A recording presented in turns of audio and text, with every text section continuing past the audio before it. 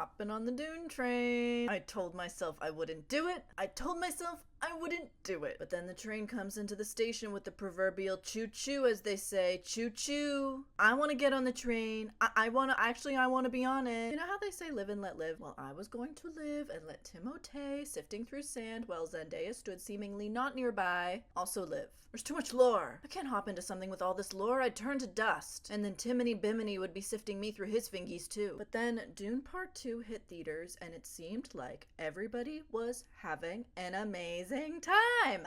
And I want to be a part of that. I crave fun communal cinematic experiences. Like the time I saw The Iron Claw and me and my fellow peers just openly wept in public together. I mean, when is that otherwise appropriate? Elbow up from your AMC signature recliner. Like, I'm glad we got to experience that together, brother. Or like the time I saw the Twilight Saga New Moon and upon the film finishing, deciding amongst my group that we would sneak into a second, slightly later showing. So we got to see all the Volturi scenes again. Watching Michael Sheen say, Isabelle. Twice. Crazy. And then seeing the Divergent series, Divergent, the first one, the one they called Divergent, and not anything in the movie itself that I specifically remember, but before the movie, sitting in a room of girlies, gailies, and theylies watching the Fault in Our Stars trailer for the first time. Are you kidding me? Yow! Honorable mention to the time I saw Don't Worry Darling, and it just was a bunch of women who brought blankets. I somehow missed the memo, but I was glad to see others participating. I'm assuming it was a Facebook group where someone posted, bring your most favorite plush personal blanket outside of your home into your car through the movie theater parking lot, holding it while you wait in line for snacks and icy, to then sit in a public recliner for 2.5 hours. That's what happened, right? I longed for the communal cinematic experience that Dune Part 2 seemed to be providing, so I sat down and watched Part 1 on my computer monitor in broad daylight as the director intended. And you ever finish a movie you had put off watching and your first thought is, I am so dumb. It was so dumb of me to do that. Because I didn't like Part 1. I loved it. The goop tub scene alone, villain Vladimir Harkonnen emerging from the black goop and your first thought being, surely that's not good goop. Nobody dips their toe in the vat of black goop and thinks this is gonna be amazing. But then it turns out the goop has almost a regenerative quality because he was almost just off, and now this is like a key part in his healing process. In the Harkonnen culture, the black goop is akin to luxury spa treatment. I don't think I'm lingering on this for too long because the movie lingers on it for so long. Like this shot, are you kidding me? That's oil and vinaigrette. Don't you just want to take a slice of Italian bread and right through it? Am I wrong? Am I wrong? Dune Part 1 knocked my socks off, and I say that it being an adaptation of something that I will never read, and I think that's great. Don't all movie adaptations dream of appealing to the audience outside the given fandom? To be a movie that picks out a coherent assortment of details that leaves room if you want to look stuff up, like what actually happened to Dr. Huey's wife? Where did the goop come from? What's with the grandfather bull lore? What the freak is that? According to the script, that is called a human rubber spider, if anybody wanted to know. It also exists without the context of its source material, so you can enjoy it and not do any of that. The movie makes itself make sense. Like, you don't actually have to look up what the spider pet is, but you can assume, oh, the Harkonnens are weird and gross, and of course they have a weird, gross pet. It was fairly easy to follow. It was a perfect cast. Oscar Isaac as the patriarch, yeah.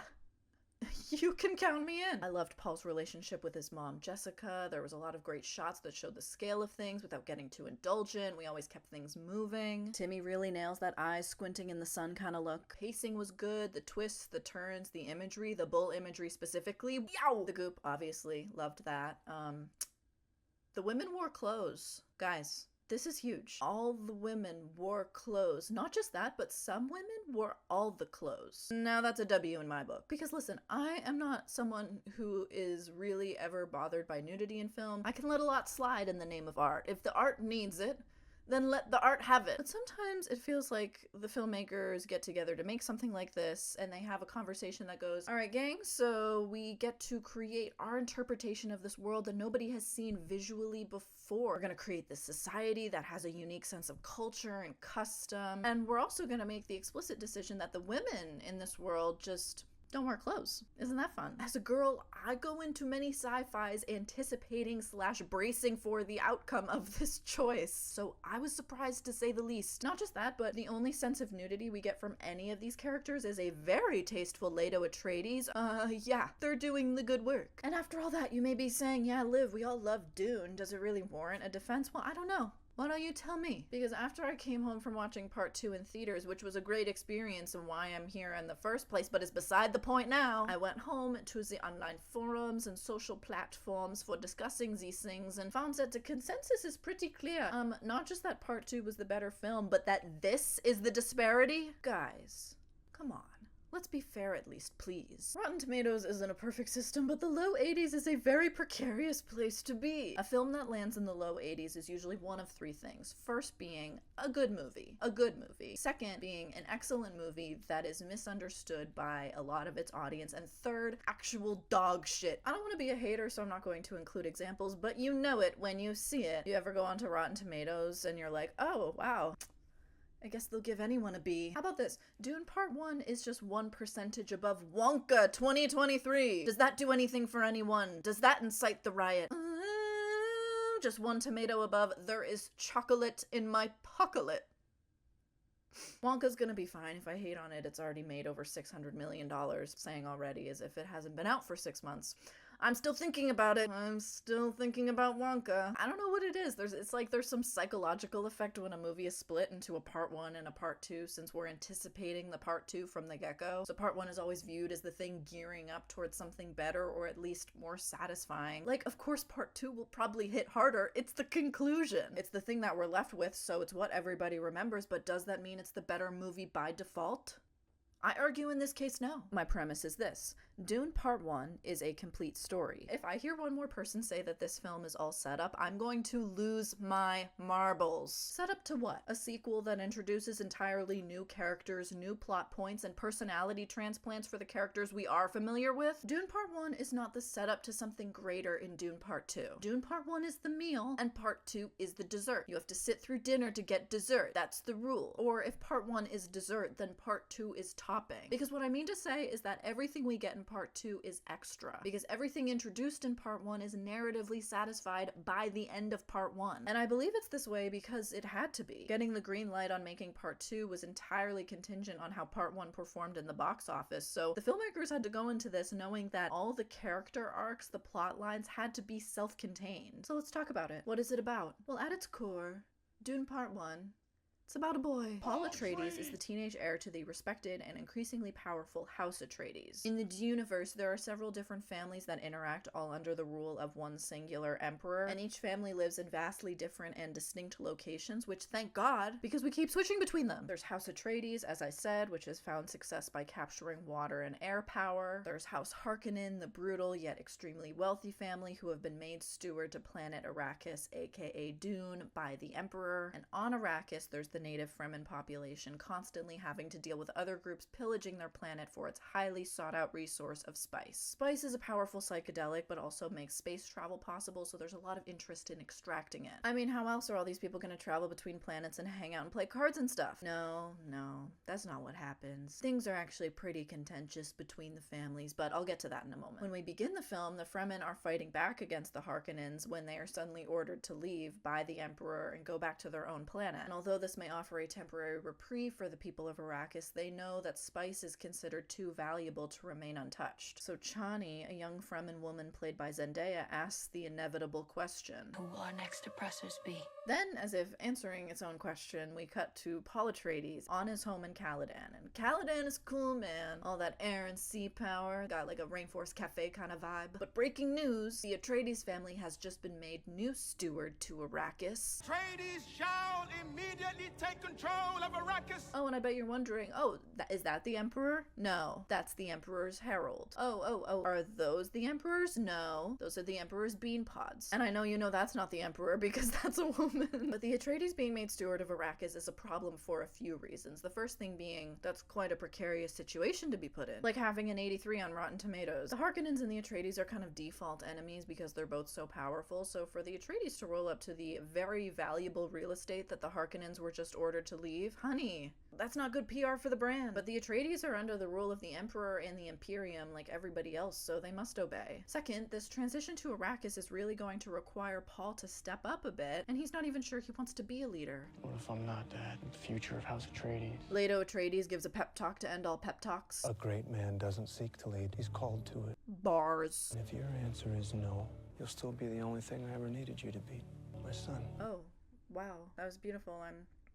I'm crying, screaming, crying, throwing up. Screaming, crying, throwing up. The third thing that stinks about them going to Arrakis is that the filmmakers have done a really good job of giving distinct attributes to Caladan. We're getting really wrapped up in this place, this family, and their history. So as an audience, we feel like we're being ripped out of something too soon as well. There's this thing with the Atreides family and bulls since Leto's father was killed in a bullfight. You know how you decorate your home with the weapon that killed your relative? And the movie starts to show us the bull whenever any sort of danger is near, like when Paul meets with that woman we saw earlier, who isn't just any woman, oh no. That's the Reverend Mother Gaius Helen Mohayam, truthsayer to the Emperor. Right, yeah. When we saw her before, I had a feeling that's where that was going. Basically, Jessica is part of the Bene Gesserit sisterhood. I keep wanting to say Benny Gesserit. Benny and the Gesserits. Okay, this organization isn't explicitly religious, but the analogy is pretty clear. Their goal is to lead humanity into a more stable and balanced future by way of the next coming of a Messiah, and the Bene Gesserits have taken it upon themselves to influence particular family lines crossing until their desired Messiah has been produced. The initial plan was that Jessica was supposed to have a daughter, and that daughter would breed with one of the Harkonnen men, and then that child would be the Messiah, but Jessica didn't have a daughter. She had a son, Paul. You remember. They don't specifically explain, but the assumption is that Jessica was able to control the gender of her unborn child, so it was like a bit rebellious of her to do this. She was like,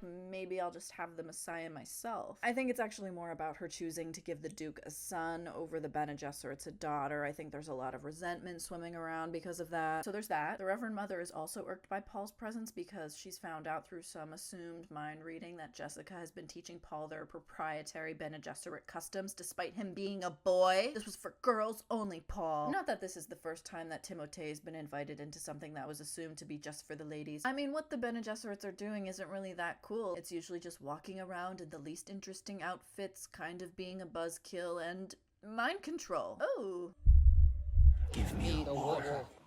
Almost. You've been training him in the way. I love how in Dune it's either the Way or the Bene Gesserit Reverend Mother Gaius Helen Mohayam, truthsayer to the Emperor. I guess all the nomenclature has to balance itself out. So she's come here to test Paul to make sure he has some level of self-discipline, that he's not going to abuse this power. And the test in question is him putting his hand in a box full of pain, and if he removes his hand before she says, then he dies. This test seems pretty difficult. It seems pretty foolproof. Mom is outside the room providing words of encouragement. Fears the mind killer. Which is coincidentally the same thing I say at the dentist. Paul passes the tests, he withstands the pain. It's pretty epic. I don't wanna understate how epic this is. He makes this face kind of not unlike when Bella Swan almost turns into a vampire. I don't know. I don't know. Am I bringing up Twilight too much?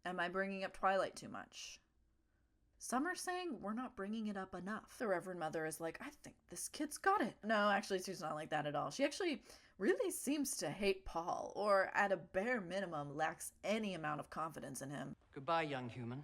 I hope you live. Oh, she really believes in him. So much potential wasted in a male. That's hilarious. Don't worry, ladies. The equality scales will eventually tip in our favor. We just have to wait until the year 10,191. Does anyone want to just wait it out in the Target candle aisle before then? Jessica takes the Reverend Mother back to her space bean, which is literally E.T., by the way. That's just E.T. E.T. walked so that the Bene Gesserit Reverend Mother Gaius Helen Mohayam, truthsayer to the Emperor, could run, but E.T. had the decency to shorten his name at least. What does it mean?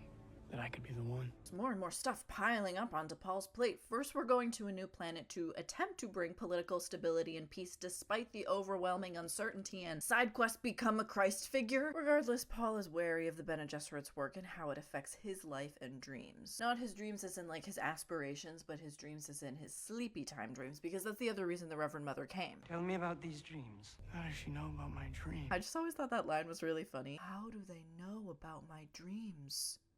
Probably your mom. I don't see the desert mouse piping up on this one. Paul's been having these dreams about Chani, but he doesn't know that it's Chani. He just sees her as some Fremen girl. Not really doing anything crazy, just kind of walking away, walking around, staring down the barrel of the camera. But I guess this is another area of concern to the BGs when you are the son of Duke Leto Atreides and BG Lady Jessica. The boy inherits too much. Which honestly, like, doesn't seem fair. Like, how come when Paul Atreides talks about his many dreams of Zendaya, it's the interest of great political and religious institutions, but when I do it, I'm a freak and ruining Thanksgiving. No matter. Something Paul is interested in right now is learning about the Fremen, so we get this scene which is unintentionally very funny. Little else is known of the Fremen, except that they are dangerous and unreliable. Oh, that's it? If you know so little, why even say anything at all? These two adjectives that are conveniently both negative characterizations of this group. Usually when you don't know someone that well, you say, oh, they seem nice. They're fine. They seem nice. You don't say they're dangerous and unreliable. I mean, what benefit does the imperial education system have in undermining the native population sitting on the most sought-after resource in the galaxy? For the Fremen, spice is the sacred hallucinogen. For the Imperium, spice is used by the navigators of the Spacing Guild. Without spice, interstellar travel is impossible. And they're using our space gas for their freaky psychedelic purposes. Why do they even need space? Now it is time for the Atreides family to walk into their new life on Arrakis together. Let's do it, gang! Let's do it! I know I said before I was happy with the costume situation, but sometimes the disparity is comical. The flowing, billowy, dainty women versus the rock hard as rocks, impenetrable. You don't penetrate me, I penetrate you. Men. Ah, yes, the two genders, the ballerinas and the rock monsters. And you may be saying, Liv, that's not fair to reduce Duke Leto Atreides and his male cohort to rock monsters, when in actuality, I'm simply referencing a foe in the 2001 fantasy classic, Barbie in the Nutcracker. Rock giant! Nutcracker. And the Atreides presentation has an impact on the Fremen, who are sequestered off to the side, yelling Lisan al-Gaib as Paul and Jessica pass, their word for Messiah. That means the Bene Gesserit have been at work here. Planting superstitions. Ooh. Oh, do not get confused by the elaborate sets and costumes, folks. This is a tale as old as time. Paul Atreides is a teenager. He's here to oppose the status quo because teenagers are irritable and that's what they do, especially when it comes to their own parents' beliefs and wishes. Are you kidding me? Whether it's going against your dad who wants you to be a football star, or against your coach who wants you to sign a sobriety contract so you'll be the football star next year, or being the teenage heir to an interstellar power. Youth is acting in opposition, and Dune Part 1 is no exception to that. Anywho, despite Leto's best efforts to get spice production up and running again, while also forming a working alliance with the Fremen, everything is going wrong. Everything is going wrong. It is chaos. There's not nearly enough harvesting barrels to reach peak spice capacity. The infrastructure to harvest spice safely without getting consumed by those pesky Arrakis sandworms is falling apart. Everything they've left us is in shambles. The Atreides walk in like the day crew, yelling, "Who closed? Who closed last night?" It was the Harkonnens. And perhaps most critically is the fact that there was an attempt to kill Paul with a robot bug. Also the Harkonnens. And Paul actually seems more embarrassed than anything that this had happened. Paul Atreides, who catches hunter-seekers in his bare hands. Thanks for the humiliation, old man. Keep an eye on you. Yeah, you do. He was almost assassinated. But the straw that breaks the proverbial camel's back is the sandworm incident I mentioned. Leto and Paul are joined with, is that the Emperor? No, that's just Liet Kynes. She's the judge of the change on Arrakis, and here to show them where spice harvest occurs. Shield wall protects the city from the weather and the worms. Giving directions must go crazy out here. Yeah, so you're gonna take your bug chopper outside the main stronghold of Arrakis and bear right at the worm wall. Take I-90 and exit just past the worm wall. They also had to wear these special outfits for going out into the desert, and Paul just instinctively knew how to put his on. Interesting. Something about desert life just aligns internally with him. It wouldn't have anything to do with the fact that he literally read up on how to put this outfit on earlier, now would it? They're flying over the spice harvester. They give worm sign to the crew, letting them know that a sandworm is coming. Right, yeah, that's obviously the term for it. You're giving someone the sign that you see a worm. Of course, that's what it would be called. It's so intuitive. And I'm gonna give worm sign to you, because you look like a little worm. But this is just so they know they should initiate their standard sandworm evacuation procedure. Everybody is very cavalier. I guess it's just part of the job. The rhythmic nature of spice harvest draws the sandworms in. But then as the crew is about to be lifted, one of the anchors on the carryall just fails, so they aren't able to be evacuated, which, talk about like a terrible design. You're telling me if one of your anchors fails, the entire thing is bust? How about we install more anchors than what we need, so if one or even two fail, can we accommodate for two? There isn't a needless catastrophe. How about that? If I was working on Arrakis, I would definitely bring that up in the company meeting on Monday. Leto makes the executive decision to go down and try to rescue the workers themselves, which is, I guess, very noble of him. As a result, Paul touches down and interacts with the spice for the first time, which is a transcendent experience. I imagine it's not unlike if you had only known plain graham crackers your whole life and then one lucky day stumble upon the beautiful, entrancing cinnamon dust frosted graham cracker. As a child, that's akin to a psychedelic experience, right? But yeah, so the spice talks to Paul and it's overwhelming. He later describes the experience to his mom as having one of his dreams while he's awake, which is important to distinguish because earlier in the film, Paul talks to Jason Momoa about his dreams, and to be honest, Jason is a little dismissive. Dreams make good stories. Everything important happens when we're awake. But he ain't sleeping now. Seems like his dreams are getting some steak, huh, Jason? I feel bad. My analysis of this movie has negated for the most part Jason Momoa and Josh Brolin's characters. I mean, those guys are cool. For sure, absolutely. Those are some cool dudes. Sometimes when I like something in a movie, I have nothing to say. And perhaps that's the greatest compliment of all. But the thing now with Paul's spice-induced daytime dream visions is that he's not just seeing Zendaya walking around, walking away, staring down the barrel of the camera, but also seeing himself living amongst the Fremen, and secondary vision, his mom with her second child, so she's pregnant now, and many, many tattoos. A level of tattoos that suggests some transformation is going to occur. All we know now is that Jessica has no words tattooed on her face, and then at some point in the future, she has many words tattooed on her face. You know, like if your friend dyed all of their hair very dramatically and all of a sudden you would be like, what's happened? Oh, so something has happened, what's going on? And then when the vision is over, Paul has just a few moments to get out of there before the sandworm crushes the spice harvester like a tic-tac. The Atreides regroup, and the problem they're really facing on Arrakis becomes clear. They have been sent here to fail. We've been set up to fail. Yes, correct. We also know something fishy is going on because the Reverend Mother, remember her, notably not confident in Paul, has been meeting with their own great enemy, the Harkonnens, on their goop planet. Just kidding, it's called Gady Prime. Could you tell? Whatever. Could have been goop. Huge opportunity missed. In this conversation, the Reverend Mother is asking if Paul and Jessica may be allowed the dignity of exile, so the Harkonnens have some dastardly plan up their sleeves. And since the Reverend Mother is here, just so we're being explicit, and she didn't get her first choice Messiah path with the Jessica daughter situation, the Messiah path has been split into Team Atreides, Team Harkonnen, you know, like a Team Edward, Team Jacob situation. And I guess the Reverend Mother believes in Goop Monster Supreme's path over poor Victorian orphan Timothée. The Harkonnens have also somehow gotten the backing of the Emperor's Imperial Army, and it's giving war crime.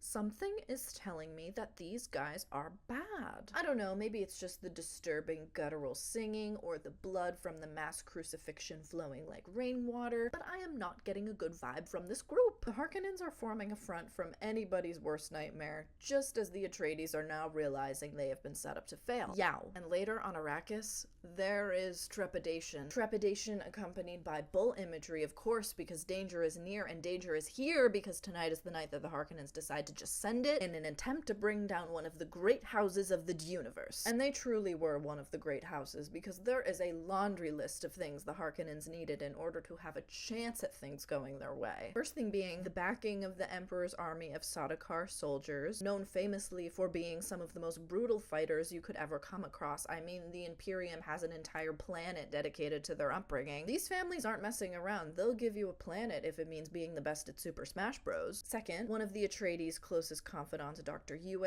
must betray them from the inside. He's been blackmailed into doing this as the Harkonnens have kidnapped his wife, so if he disables the Atreides' shield wall, their comms, and Leto himself, the Harkonnens have promised him they will release her. And third, the Emperor dismissing the Harkonnens from Arrakis in the first place. I mean, it wasn't just about making the Atreides the new stewards, setting them up to fail, and then them having to face the ramifications of slow spice economy. No. It was about removing them from their home planet, putting them in an unfamiliar and unforgiving environment, and forcing them to fight. An environment that the Harkonnens definitely know better than them anyway. They had to corner the Atreides on all sides, so this is a very high effort, high production budget situation. I mean, the space gas involved, the cost. How much will it cost them, traveling all this way for this formality? Regal Navigators, a total of 1.46 million, 62 salaries round trip. But the Emperor cannot skip steps if he wants the Harkonnens to successfully complete his dirty work. If we must have a ceremony before the Atreides go to Arrakis, then let's partay. Otherwise, we are rousing suspicion. The Emperor couldn't just send an email that was like, if you guys want to go to Arrakis, there's a spot open. Like, if you wanted to take over Arrakis. I mean, I don't care. It's like, whatever. But no, we gotta go all out. We gotta play the part. And despite all that, Paul and Jessica still managed to escape. Yow! See, what happened was they were being taken to their exile. They were just gonna be thrown out the back of a helicopter when the proverbial Bene Gesserit blind spot reared its old head. Because they knew to gag Jessica, that's a woman. And the Harkonnens are all about silencing women's voices. It's kind of a big thing for them. But they didn't know to gag Paul because he's a boy. How would they know he's been learning the way? So Paul musters up all his strength. He commands them to take off Jessica's gag. Great first command. I thought that was very smart of him. And then once Jessica is free, it's like game over because she is a master of the voice. A real reverse Ella Enchanted situation we have on our hands. Remember in Ella Enchanted when getting the Harkonnens out of the way is one thing, but now they're just out in the desert. A famously not great place to unexpectedly end up on Earth or Arrakis. You gotta prepare for that. If you ever go out there yourself, make sure to bring lots of water, drink lots of fluids. But oh, someone has left them just the right amount of tools and supplies to survive this harsh environment. Who could it be? Dr. Yue, was that you? Must have been all the remorse, huh? And on the ground, Paul and Jessica see the devastation of the Harkonnen attack from afar. It's very cool, very cinematic. Before setting up for the night, and we get this really great sequence of scenes cutting between them and cutting back to Leto finally facing the bull like his father before him. Except this time the bull isn't really a bull, but more so Baron Vladimir Harkonnen eating all his snacks. He likes snacks, snacks, snacks, snacks, snacks, snacks. He wants the snacks. You have a wonderful kitschy cousin. And guys, I don't normally do this, but I'm so into the way the film uses the bull imagery that I can't believe I'm saying this. I looked up some of the lore on the Dune wiki, and it really adds a lot of layers to the bull situation. Because the thing is, the bull that killed Leto's father wasn't just any bull. It was a drugged bull. A drugged bull. A drugged bull. The game was rigged against House Atreides back then, as it is now. This whole ruse of going to Arrakis because they knew the Atreides would say yes because they have to be the heroes of their story. That's the fatal flaw in them. The need to be the main character. Maybe the bull isn't a bull at all, but just this idea that the Atreides have kept this object symbolizing betrayal in their home for what? Pride? Ego? And here we are again with two betrayals, Dr. Yue and the Emperor bringing their house to ruin once again. The bull looms over Leto's head as hubris has always loomed over House Atreides. I mean, talk about adapting one of the book's many symbols to really enhance your viewing experience. This is very compelling stuff. Cut back to the tent. Paul's going through the stuff that Dr. Yue left them, and he finds his father's ring, really confirming the tragedy of Leto's situation. Cut back to the Baron, declaring that Paul and Jessica are as good as dead and that the Atreides bloodline is ended forever, which seems a bit premature. He's placed all his bets on them just dying out in the desert, but he doesn't know about the Yue double back to actually help House Atreides, which wasn't about just giving them camping supplies, but also equipping Leto with a poisoned tooth. Right. I'm sorry, I'm trying to keep up. Okay, so Dr. Yue rescue his wife mission was actually more a last resort suicide mission in order to kill the man that took her in the first place. Because the Baron confirms that she's actually been dead this whole time, which is very, devastating. Yeah, for sure. Devastating is a word I would use here. But if Leto cracks down on the poisoned tooth when the Baron is close enough that he can smell his stinky breath, it's game over. You know when a sci-fi introduces a new tool that you didn't know was on the table? It's like, yeah, if poisoned teeth were available to us, let's use the poisoned teeth. By all means, that should do it. Like at the beginning of each episode of Totally Spies where they would get their cool gadgets and it's like, okay, so this is what we're working with for the next 22 to 24 minutes. Good, I like to know what we're working with. Poisoned tooth, let's go. And the poison tooth suicide mission almost works. Leto kills everybody in the room, including himself. But there's one guy who evades it, one guy who escapes the poison. It's the same guy who can just float on up to the ceiling, not unlike Mary Poppins. Do you want to guess who it is? It's the Baron. Of course he can just do that. Now Leto is dead. Paul and Jessica know it, and again, devastating. But we don't have much time to ruminate because Paul realizes there's spice in the tent, which, I don't know, I feel like we could have seen this coming. Doesn't seem that crazy, Paul. I mean, you guys are camping on the titular Dune. There might be spice in the spice tent. That's the other thing I didn't realize about going into these movies, because you hear so much about it from the trailers and people talking about it that you get desensitized, and then sitting down and watching it, you're like, oh, Dune. It's because it's about sand. Sand shapes the world is shaped by spicy sand. But yeah, Paul may as well have just said there's sand in the sand tent. It's no great mystery how it got here. Let's see what spice-induced vision appears before him now. Oh, he's he's really in it. There's Zendaya and him with the Fremen eyes trademarked, but now there's also a holy war. I see a holy war spreading across the universe like unquenchable fire. A holy war spreading across the universe like unquenchable fire. A warrior religion that waves the Atreides banner in his father's name. Worshipping at the shrine of his father's skull. A war in his name. Everybody shouting his name. Oh, she's perceptive. Timmy serving this face does make one think he is afeared. Jessica tries to comfort him and he uses the voice on her. You Bene Gesserit made me a freak! Yeah, he's working through a lot at the moment. Anyway, they later receive a signal that someone's nearby. Thankfully, it's Jason Momoa here to rescue them, and they approach in their linen pajamas because we cannot overstate that this ambush happened at night. They're sleepy. And the Harkonnens have a very twisted idea of slumber party. Judge of the Change, Liet Kynes, is here as well, and she brings them to an old ecological testing station. And we get some history. Arrakis was supposed to be this bountiful paradise. And what they mean when they say that is that there was going to be plants and water. Pretty neat, huh? But then when the spice was discovered, nobody wanted the desert to go away, hence the abandoned ecological testing station. And Paul's rattling off some plans. He's upset. Maybe he'll go for the Emperor's throne. Maybe he'll marry one of the Emperor's daughters to avert a potential civil war arising when the great houses learn of the Emperor's betrayal. Maybe he'll be the Lisan al-Gaib. Maybe he'll lead Arrakis to paradise. Who's to say? Too many plans. Too many plans. But he shares this all with Liet because she's technically an Imperial officer and also seen what the Harkonnens have done here. If she testified to the Imperium about the attack and they believed her, that would be a big deal. I guess testified to the part of the Imperium that the Emperor's not a part of. I'm assuming it's a branches of government kind of situation. I'm not looking it up.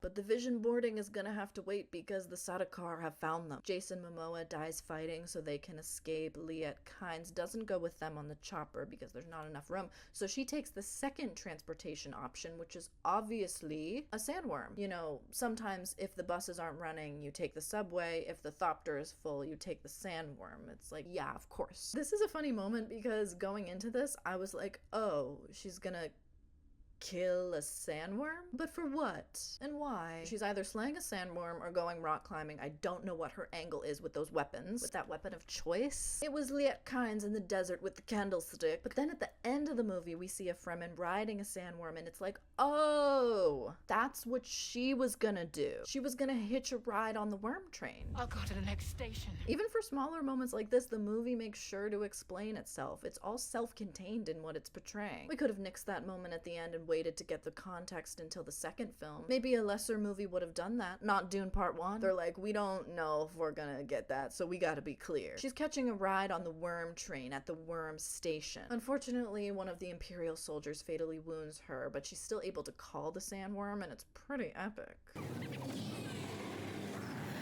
Jessica and Paul evade the Sardaukar by flying into a sandstorm, which is super brave of them because I don't think Dr. Yue packed them Dramamine or anything. Not even Pepto?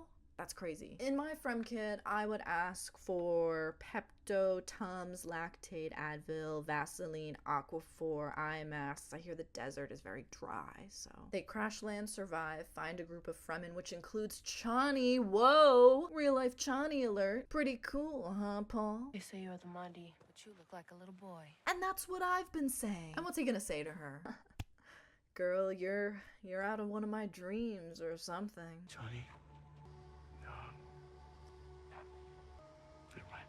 Pretty close. Per custom, Paul must fight one of the Fremen to the death so he and his mom will have a place in their group. And not unlike the Bene Gesserit, Chani does not believe in him. She gives him this knife and is like, it will be an honor for you to die holding this knife. But then the fight begins and it's like, oh, he's a boy wonder. He's been training with Josh Brolin of Avengers fame. Paul eventually kills the man and he feels bad about it, but I think that's good for him. I think it's good that he feels bad about it. The remaining Atreides kin are absorbed into the Fremen group as they journey deeper into the desert. There's this new appreciation for the environment that's around us. Desert power. Because that's the thing about the Atreides, they always have power on the mind, like his father before him. Air power and sea power. Desert power. Desert power. Desert power. So they're walking along, the film is clearly about to end. Chani turns and we see her as Paul's visions have shown her throughout the entire movie before switching back to the real thing. And it's this great moment of acknowledgement from him of being part of the thing that he dreamed of being a part of. It's poetic, it's beautiful. Paul says desert power, yada yada, and then Chani turns and says, This is only the beginning. this is only the beginning. Which is my only quibble with the whole film. This is only the beginning. This is only the beginning. Zendaya might as well have just turned around and said, and this is only part one, just turned around and started shaking the camera while yelling, there's going to be more movies. This is only the beginning. This is only the beginning. This is only the beginning. This is only the beginning. Maybe they were manifesting. Maybe they were hoping, oh, well, studio executives will see this. They're gonna have to give it another movie with an ending line like that. Come on, guys. You got this far without being so painfully self-referential. You made a complete film. Don't turn on it now. Setting up this whole world, committing to a film of lore and exposition so well that I would argue it can stand on its own without the context of future films. But then in the final seconds, choosing to turn on all that effort and go, oh, wait, never mind. This is only the beginning.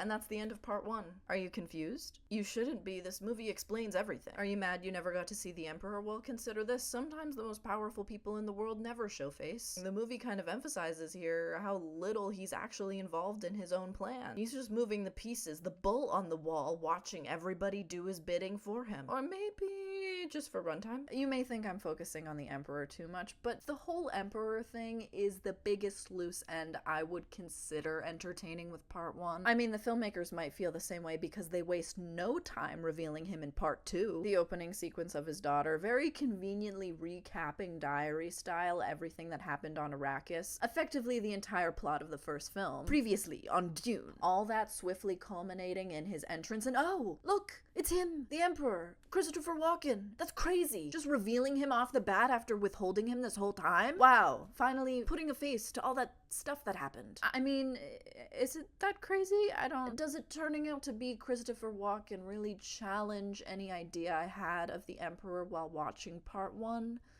Not really. Perhaps if they revealed the Emperor to be Lady Jessica herself, I'd feel differently. That would be quite the twist, but this is just a guy. And of course it was just a guy. It was always just going to be a guy. I feel like I really Wizard of Oz'd myself because I just kept looking for the person behind it all, turning at every corner at part one, being like, is this the Emperor? Is this the Emperor? Is this the Emperor? Is this the Emperor? Is this the Emperor? Where is this great and powerful thing? Look at how he controls the universe and tremble. And oh, it's just that dude. That's just a little man. And I'm not reducing part two to make part one look better like you think I might be. I loved part two. That's a sick soundtrack.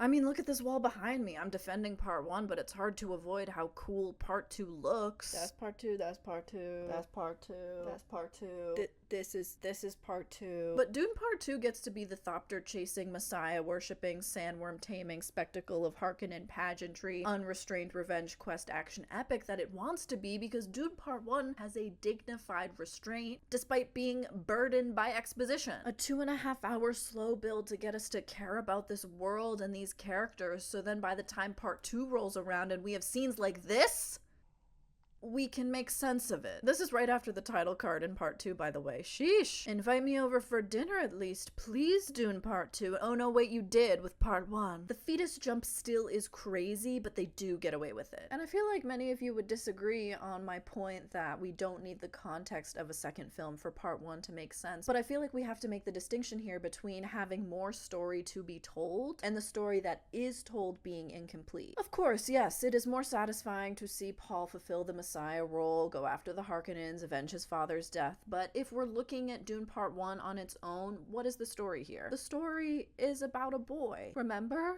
I said it earlier. A boy getting to where he feels he belongs, where he wants to make change from. And I mean, it's not like the future is totally uncertain. As his visions throughout Part 1 have always hinted about him getting to the Fremen, and then that ending up being the case, we can kind of assume all the other stuff for the future. I guess it is inevitable Jessica will be getting all those tattoos on her face. Dune Part 2 is an action film. Part 1 is a coming-of-age story. I think that's the difference. When you're a teenager, you don't really have a ton of pull in changing the world how you see fit, so life kind of becomes figuring out how to make your presence and perspective known despite living in this larger system. But then for Paul, the system kind of implodes anyway, so he gets to do what he wanted to do in the first place. I've also seen people criticize his character arc in Part 1, saying it's just kind of a bunch of stuff that happens to him, but I see it more as a series of fruitless pushes, all in the aim of him trying to get closer to the Fremen. Asking his dad if he can go with Jason Momoa to meet with the Fremen, dad says no. Making his knowledge of the Fremen culture known in front of Stilgar, in front of Liet Kynes. Little pushes throughout the film culminating in that fateful choice where they can either go back to Caladan or move forward with the Fremen, and he chooses to go forward with the Fremen. When his moment has finally arrived, he's ready to take it because he's been pushing for this the whole film. Kinda like how as a teenager you're waiting moment to moment for your life to finally begin, and then one day it just does. It makes me think of how Leto told him at the beginning he would be called to leadership in his own way, and he has. Him going forward with the Fremen also signifies some break in the cycle of oppression that the movie sets us up with. Chani asking at the beginning of the film who will our next oppressor be, the film seemingly answering House Atreides, and then Paul changing the game a bit by choosing to go down this path with them. I mean, don't get me wrong, he's still in Atreides, he's still probably thinking about the power he can hold, but the path to power is different at least. Because when Leto Atreides said desert power, he meant getting spice production up and running again for the Imperium, and then on the side, like trying to work amicably with the Fremen. But when his son Paul says desert power, it's a little different. He means taking the opportunity to break off from his part in Imperial spice production and working amongst the Fremen. It's different. And I would argue that the majority of Paul's character arc in part 2 is driven by him listening to desert spirits and drinking blue goo. And honey, that's not a character arc, that's a personality transplant. For Paul, instead of BCAD,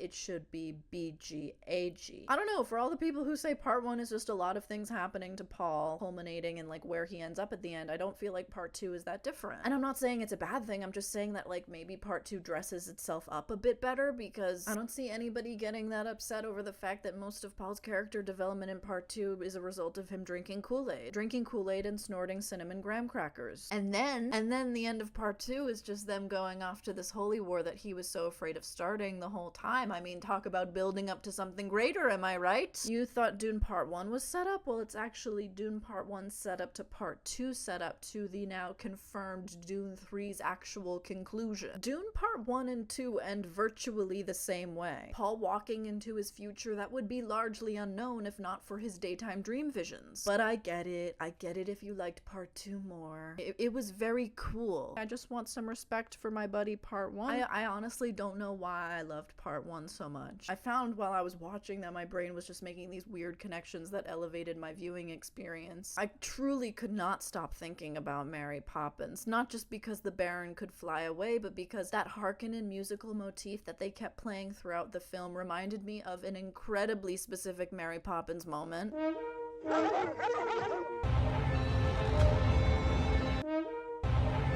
You know I'll never stop talking about Twilight, and I found the Atreides leaving Caladan was very Twilight 2008-esque. Is it Caladan? Is it the Rainforest Cafe? Is it Forks, Washington? I don't know. It's just what you hope to get out of a movie, I think. With Dune Part 1, I was just hoping to not drown in all the lore and that the women would wear clothes. And it did that for me.